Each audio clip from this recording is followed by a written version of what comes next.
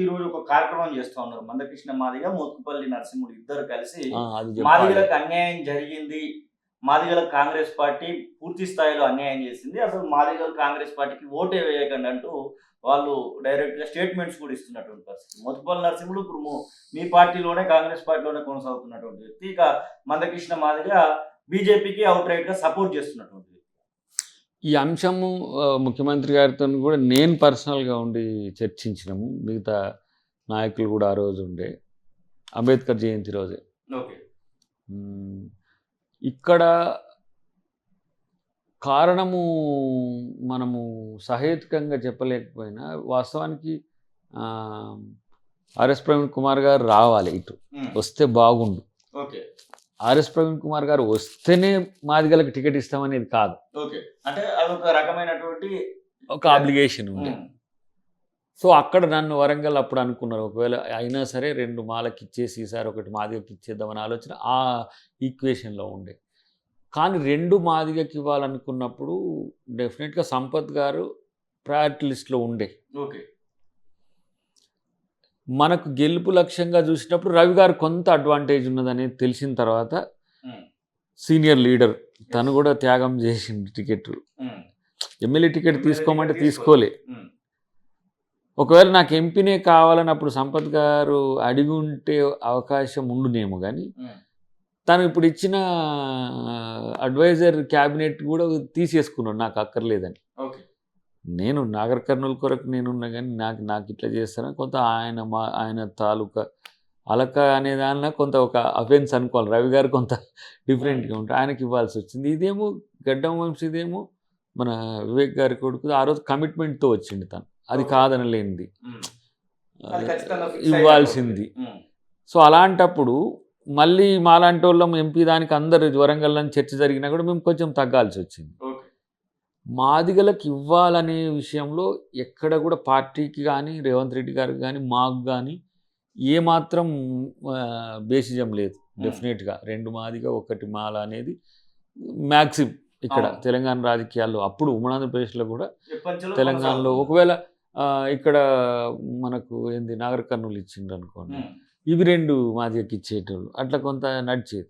So ఇక్కడ కొంత వచ్చిన మాట వాస్తవం. కానీ సరే, మందకృష్ణ గారి డిమాండ్ను ఆయన జాతి నాయకునిగా నేను వ్యతిరేకించలేను, కానీ బీజేపీకి ఓటేయడానికి కాంగ్రెస్కి ఓటేయొద్దు అనే దానికి కొంత సమస్య అవుతుంది.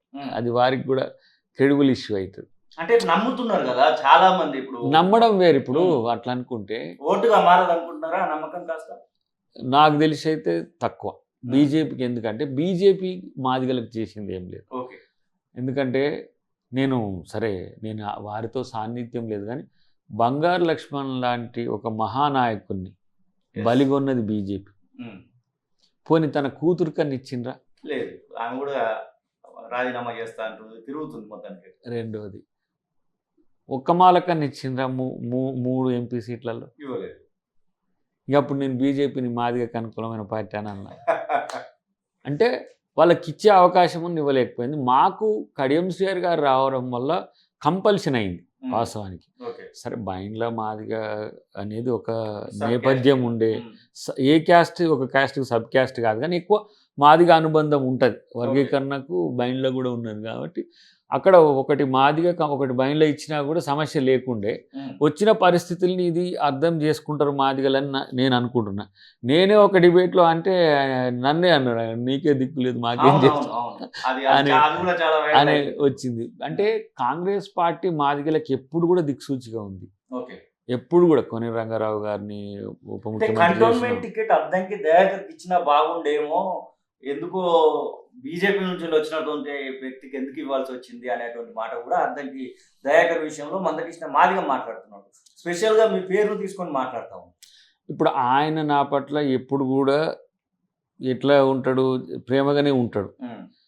నేను మందకృష్ణ గారిని ఎట్లా అంటే, నేను ఇప్పుడు మా జాతిలో మంచి దళిత జాతిలో ఒక నాయకునిగా చూస్తా. ఇప్పుడు మా కాంగ్రెస్ పార్టీలో రేవంత్ అన్న ఎంత పార్షియల్గా నేను తన వైపు ఎక్కువ ఈల్డ్ అయి ఉంటాయి. ఎంత అందరూ అంటారు, ఉత్తమ్ గారు అంటారు, భట్టి గారు అంటారు, అప్పుడప్పుడు ఎక్కువ ఇటుంటాడు అనే ఉద్దేశంతో అంటారు. అట్లనే సౌత్ ఇండియాలో తను ఒక రేంజ్ లీడర్.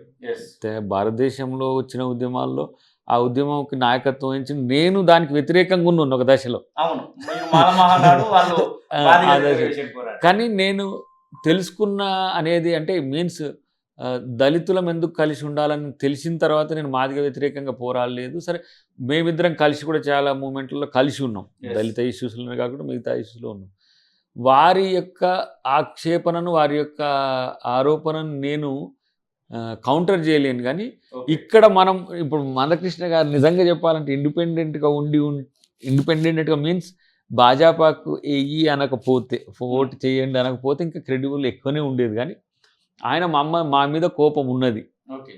మేము చేయలేదు వర్గీకరణ అనే కోపం ఉన్నది. బీజేపీ చేస్తుందనే నమ్మకం కూడా లేదు. ఇప్పుడు 100 రోజుల్లో వర్గీకరణ అని వెంకయ్య నాయుడు గారు అన్నారు. దాన్ని లీడ్ చేసింది రేవంత్ రెడ్డి గారు. ఆ మీటింగ్ పెట్టించింది రేవంత్ రెడ్డి గారు. అది మందకృష్ణ గారికి, రేవంత్ రెడ్డి గారికి ఇంకా అది బాగా తెలుసు, వాళ్ళిద్దరు ఎట్లా కోఆర్డినేషన్తో చేసిండ్రో. ఇది రాజకీయమైంది. Okay. ఇది రాజకీయమైంది. మాదిగలకి నష్టం చేసే అవకాశం లేదు. ఒకటి, మనము ఉమ్మడి ఆంధ్రప్రదేశ్లోనే కోనేరు రంగారావు గారు కాదు, మన దామన్నను కూడా, దామోదర రాయనరసింహ గారిని కూడా ఉప ముఖ్యమంత్రి చేసుకున్నాం. అవును. తర్వాత అన్ని అవకాశాల్లో మీకు ఏంది 10 ఎమ్మెల్యేలు ఇచ్చినాం మనం. 9 మాల ఇస్తే 10 మాదిగా ఇచ్చినాం. నామినేటెడ్ పోస్టులు రేపు 35 దాంట్లో వచ్చే ఉంటాయి.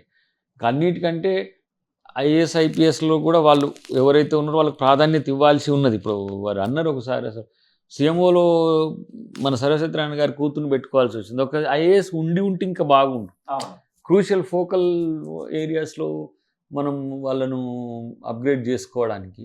బట్ ఇది ఒక రకంగా రేవంత్ రెడ్డి గారు మాత్రమే, రేవంత్ రెడ్డి గారితో కూడినదే కాదు ఇది.